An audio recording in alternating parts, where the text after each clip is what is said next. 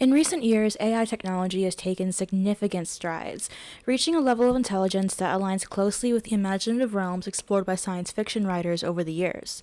While the advancements bring numerous advantages, such as automating tedious tasks, they have also given rise to an issue that has eluded the foresight of many sci fi visionaries: deepfake technology. Guess what the most common use of deepfakes is? It's not politics. Porn. It's gotta be porn. I mean, right? Yeah, exactly. According to one report from 2019, 96% of deepfakes were pornographic. I bet they're basically all of women too, right? Yeah, and nearly all without the consent of the woman whose face it is or the woman whose body it is. I don't mean to sound insensitive, but what is a deepfake? Like, how does it work? Oh, a deepfake takes one face and puts it onto another person's body, and then lets that person, or a computer really, control what it does. It only happens to famous people, right? Not that it makes any difference morally, but it used to be true that mostly famous women were the ones whose faces were taken without their consent. Partially because most people were interested in them, but also because you needed a lot of images of somebody's face from different angles and in different lighting to create a convincing deepfake.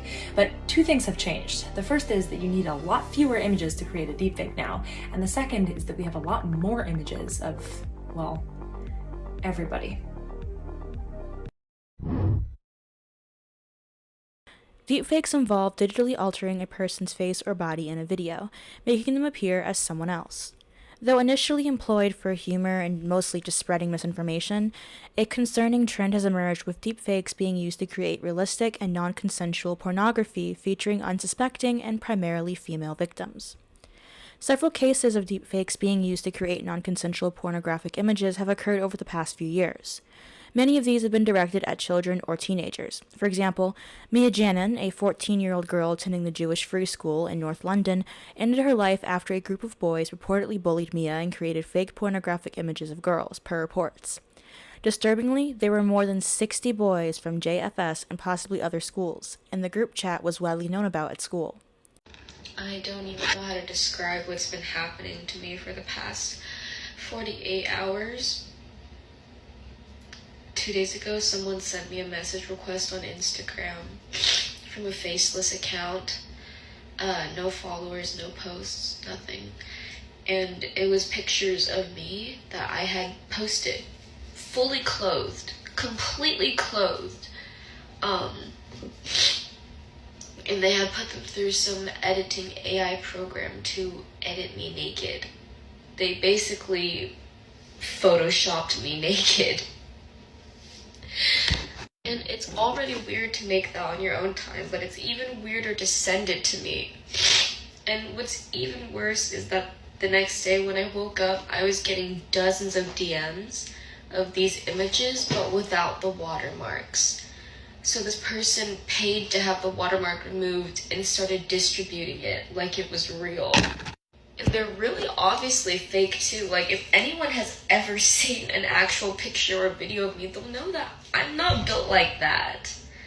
I don't even have like a tattoo along my lower stomach. I don't have one there.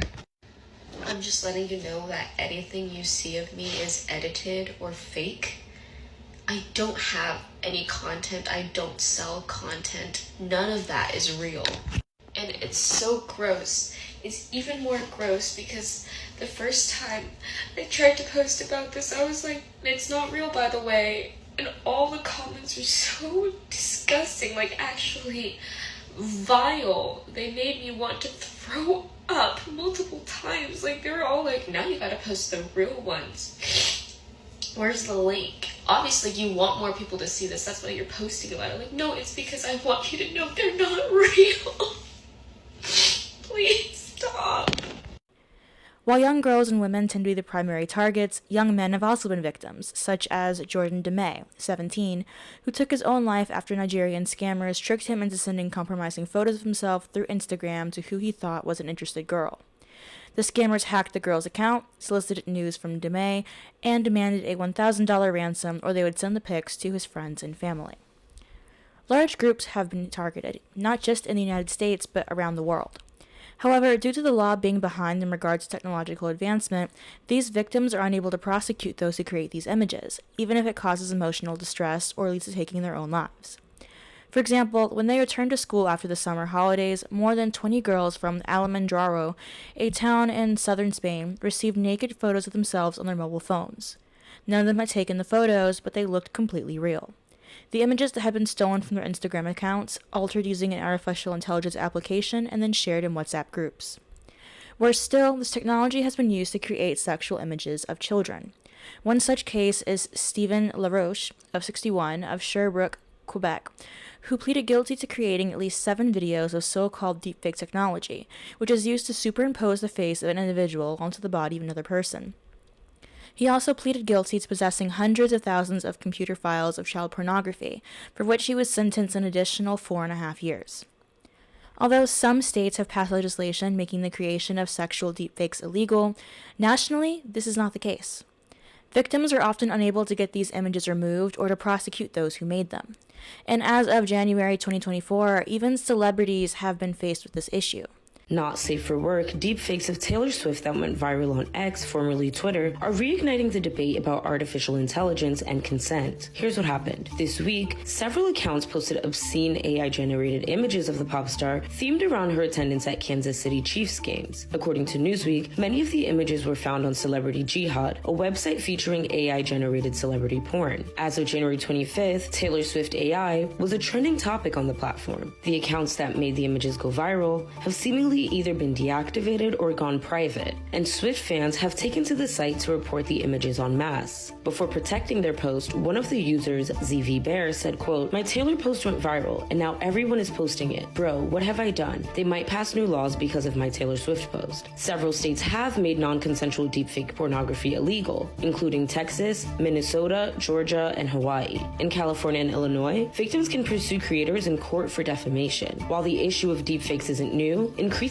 sophisticated AI is making them more difficult to spot. Last October, President Biden signed a broad-ranging executive order to create AI safeguards, including to prevent, quote, generative AI from producing child sexual abuse material or producing non-consensual intimate imagery of real individuals. To date, Swift's camp has not commented on the uproar. As reported by the Washington Post, one of the most viral explicit posts depicting Swift received more than 45 million views before X removed it. Due to Taylor Swift's fame, this has led to a public reckoning regarding the topic, with responses being issued from both state and federal governments. However, many argue that this attention is unwarranted or unfair, or that Swift is only receiving this attention because she's a rich white woman. Yes, Taylor Swift is rich and white and has the limelight.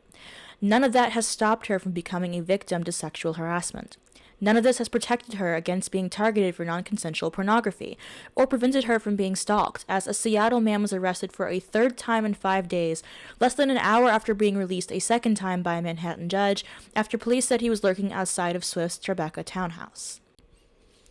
If anything, this only illustrates that even the least oppressed woman is still oppressed and targeted for her sex. If Taylor Swift can't escape being sexualized, being dehumanized because of her being female, then it shows that misogyny is universal for women. The only difference is being in how it presents itself. The only upside to this whole thing is that Taylor Swift is enough of a public figure and one who has enough money to take this to court and to set a precedent that would allow for the enshrinement of deepfakes being illegal into national law. Even so, it is likely that detractors will argue that deepfakes fall under free expression. The ACLU defends child pornography under that same hardline. It is interesting considering what doesn't fall under free expression. In New York, where Taylor Swift has been subject to a stalker being repeatedly let out on bail 3 times within 5 days, one can be fined up to $250,000 for purposefully misgendering someone. But no such law prosecutes men who sexually harass or threaten women. It is interesting that the right to be a misogynist is protected, but the right to assert that biological sex is real is not. But I suppose that's not much of a surprise at all. This, dear viewers, is where we part. I'd also like to just make a short note that I've seen people just be like, a lot of people who talk about this say, I hate Taylor Swift, but, and you know what? She's like the color beige to me. I don't care about her music. I don't care about her as like a star. She's not someone I'm super obsessed with or care about. I don't hate her. She's just some random person who sings like every other pop star out there who just is very bland and boring and rich. But I find it very interesting that everyone, even feminists, have to have this statement of, I hate Taylor Swift, but who cares? You have to, like, all women deserve to not have non-consensual porn of them made. It doesn't matter if you like them or not. If your line is women are allowed to be hurt or abused or have less rights because I dislike them, it's very easy for that line to be moved to include you. Anyhow, I just thought I'd mention that. If you guys have any comments, questions, or concerns, let me know in the comment section down below. And I will see you guys next time. Bye.